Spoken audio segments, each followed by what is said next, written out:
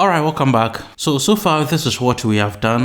We have spent quite some time on the Power BI query editor and also the model, which is nothing but the relationship and DAX, which we saw in our previous tutorial. Okay, and now we're going to spend more time on doing more visualizations. Okay, we're going to spend more time in doing more visualizations.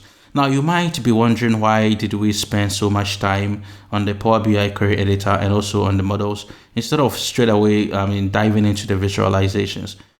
Well, that's not the way to become expert in Power BI. You have to realize the strength of Power BI, and this strength lies in the Power BI query editor and the model. All right. So to get the best out of your Power BI visualizations, you need to understand the power of these two engines. That is the Power BI query editor and the models, which we dealt with in the previous tutorial, right? And that's why you spend quite amount of time over there, right? You should also realize the 80-20 rule of Power BI, which says that 80% of your time you're going to spend in the Power BI query editor and also doing some models, that is creating relationships, and you're doing DAX and stuff like that. Okay, whilst you only use 20% in designing these kind of visuals and building reports and dashboards. Okay, once you get your data right, you can simply build your dashboards and your reports.